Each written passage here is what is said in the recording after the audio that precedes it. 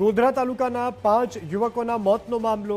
ગોધરા તાલુકાના 5 યુવકોના જે મૃત્યુ થયા હતા અકસ્માતમાં, તેને લઈને શહેરા તાલુકાના એક યુવકનું પણ મોત થયું છે।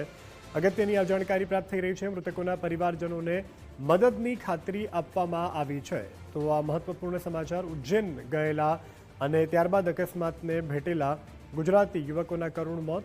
ઉજ્જૈન હાઈવે ઉપર રોંગ સાઈડથી આવતી ટ્રકે ઇકોને ટક્કર મારી હતી અને આ વાનમાં ફસાયેલા મૃતદેહને કાચ તોડી બહાર કાઢવામાં આવ્યા હતા। તો આ ગોજારા અકસ્માતમાં ગુજરાતી યુવકોના મૃત્યુ થયા છે। 6 યુવકોના કરુણ મૃત્યુ થયા છે। જ્યારે જાણ થઈ છે ત્યારે ખૂબ જ દુઃખની લાગણી અનુભવું છું।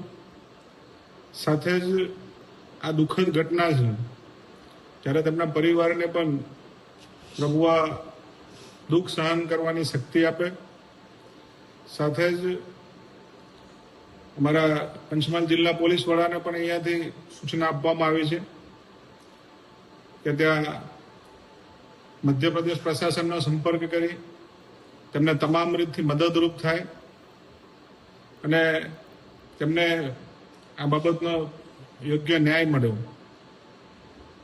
એ બાબતે પણ તેમને જાણ કરવામાં આવી છે।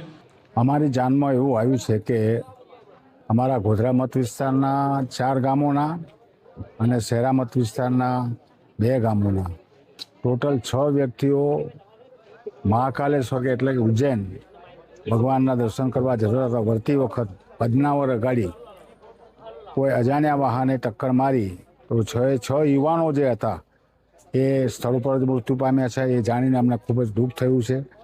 ભગવાન એમના આત્માને શાંતિ આપે અને આ દુઃખ સહન કરવાની શક્તિ એમના માતા પિતાને આપે એવી અમે પ્રાર્થના કરીએ છીએ। ગયેલા અને અકસ્માતમાં મૃત્યુ પામેલા 6 યુવકો, જેના પરિવારમાં આક્રંદ જોવા મળી રહ્યો છે।